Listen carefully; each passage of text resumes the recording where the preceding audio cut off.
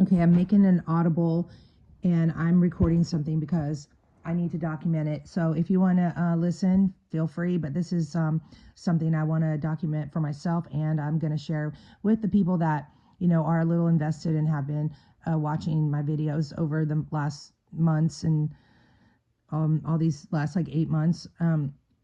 Okay, so basically, um, I have been trying to come here and make videos and talk because I was feeling very lonely and hurt, but I was trying to like move forward from it. And I wasn't exactly sure what exactly was happening, but I did know to a point. But I was just doing my best in the moment to like get through the day.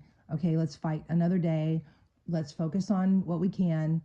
I'm trying to love myself and move forward from what I experienced with my narcissist sister from 2022 and 2023 and the father, and then, all through 2024. All these people, y'all, so many narcissists in my life. And so it got to the point where I was like, okay, I'm not going to have a relationship with any of these people, because the first step to loving yourself is not allowing bad people in your life. If they don't value you and they don't treat you with respect, if they don't treat you the way you treat them, and if you allow that, you're betraying yourself, and you're saying on a subconscious level that you're not worth more, that you're worth that's okay to do. And so it makes you feel bad about yourself. And that's why a lot of people, in my opinion, go around feeling bad about themselves, because they're allowing people in their life to mistreat them, and they're continuing these relationships for whatever reason, and maybe it seems valid.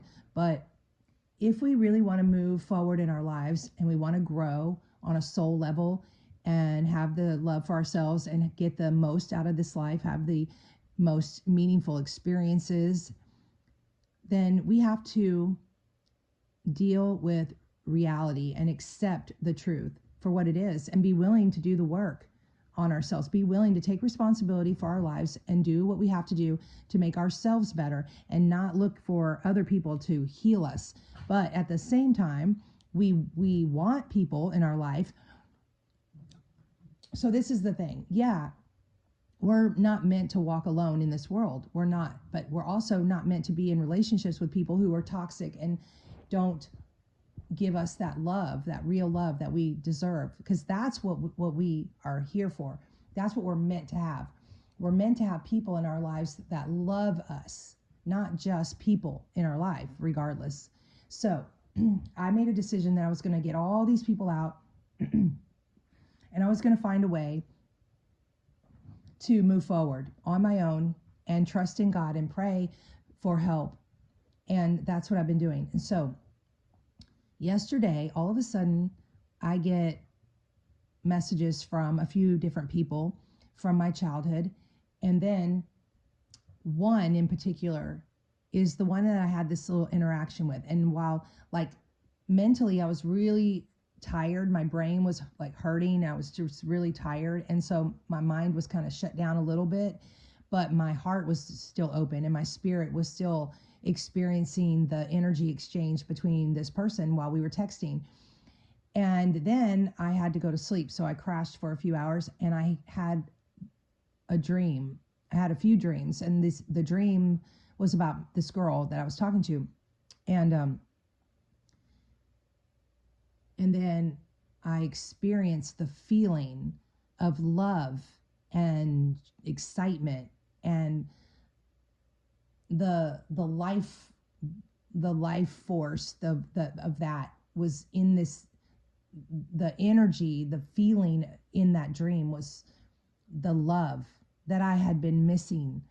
That was the missing piece of the puzzle, was the love from another person that knows me and loves me, and I was able to have that interaction and feel that, in the dream. It was playing out. The energy exchange I had with her then went into the dream and it played out and I felt it. And so I wake up and I feel completely like better, like I feel different and I feel better and I feel aware and clear. I have that, awareness. Like this is what this is what I have been like carrying around, the trauma on my face and the overwhelmed, you know, sound in my voice and the feeling in my, the overwhelming feeling and the that there's this little, because like I'll be doing good and I'll be doing everything, but then that's the missing piece that my soul wants. And so because I literally was betrayed and abandoned and rejected by all these people that were supposed to love me. My sister, I thought, I loved her, but I did not have a lot of love for her. But I did have love for her. I had love for her, but I didn't have trust, a lot of trust. But I was trying to have this relationship, and I was being loyal to her. And so she has no loyalty and no love, and she really hurt me. And then the father does that. And so, but then the father, he was pretending to care because he wanted me to come and take care of him. And so they can like put on that, charm and pretend, but I know when it's real or not. I know when it's really love. Love feels different. Love is clear. It's very clear. It's a feeling, and you know when it's there or when it's not there. And so okay. And so when the father, he would act that way, but then I didn't feel it. And I was like, okay, but I know intellectually, I had to fight it off intellectually by saying, no, but I know what's behind this, that it's really about him wanting to use me for his fuel. Now that my mom's not around and he doesn't have enough fuel, and he wants to use my energy for himself. And it's like an interaction. It's an exchange, right? So like, okay, he's reaching out and saying that he wants me to go to lunch with him, but really it's because it's not about me, it's about him and what he wants. And so it's like an interaction, and he's fine with that. So he would pay for the food and he would probably give me money afterwards, and it's like he's happy because this was an exchange. Okay, you did something for me, I'll do something for you. Well, I don't want that. I don't want to have I don't want to have an exchange. Like this isn't just like a business deal. You're my father. I want you to love me. I want you to be asking me to go out to lunch because you want to be with me, not just because you want someone to sit across the table from you while you eat so you don't look like a loser because you're by yourself, because that's what he cares about, That's what matters to the narcissist, is appearances. So he's like, oh, I can't go eat by myself because then people will think I'm a loser because I'm sitting here by myself.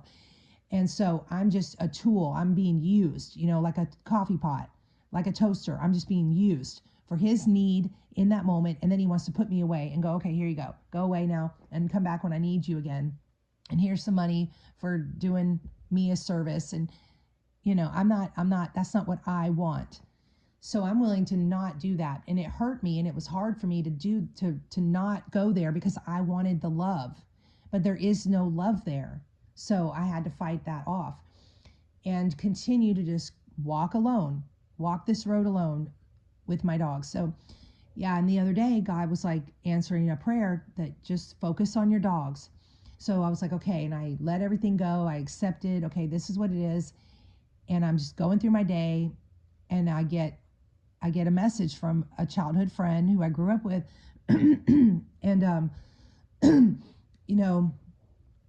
this person, she's done me dirty. She dated one of my ex-boyfriends, and she's backstabbed me, and she's betrayed me and stuff. But it's because she deals with the alcohol demon, and the demons influence her, and and she'll do things like that. But then again, but then the love is there because she actually does love me, and she was by my side when I was in the hospital. I had been hurt by someone, the R word, and I was in the hospital doing that thing, and she was right there by my side, and she cried for me. She cried for me because that's love. And I was right by her side when she was in the hospital having back surgery because she had the scoliosis in her back, and and I showed up for her because that's love and that's loyalty. And so, oh, shoot, I need to get up and drink some water.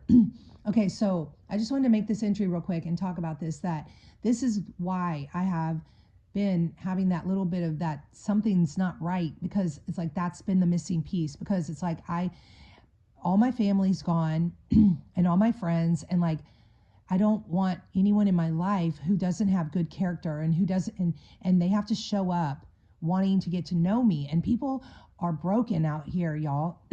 Everyone's walking around broken. Let me get up and get some water because I want to finish this. Okay. My sleep is so messed up. It's 1 in the morning. I went to sleep early, and then I woke up around 11:30.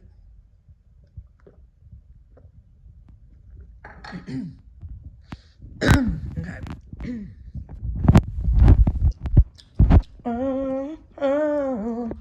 And so I wake up from the dream I went to sleep at like 4 and I woke up at 11:30, and then I had that, and I felt so good from this dream, so I had to tell my friend real quick in a message before I forgot, and then I told this other person, and then I'm like, oh, let me document it here too, because I'm feeling excited and I want to remember this moment. And so then, hey Remy, so because in the dream I'm with her, I'm with my friend, and we're on a mountain, it's snowing, and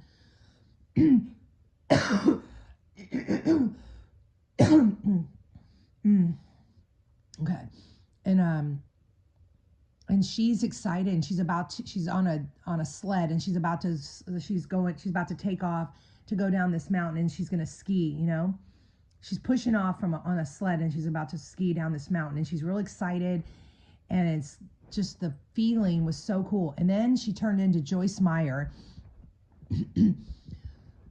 And the reason for that is because I've been watching Joyce Meyer, and so now it's Joyce Meyer, and Joyce looks at her husband, who's not in the picture, but I know she's looking at him, and she said, I knew it would be like this.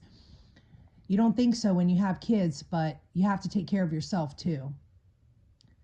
And it was the feeling with that, of this hope and inspiration, and like, and love for life, and love for yourself.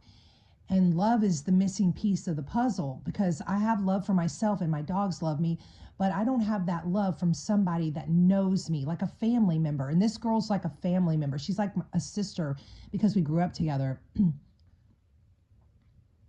And I'm feeling like really good from that. And I just want to document that moment, and I will talk to you later. Bye.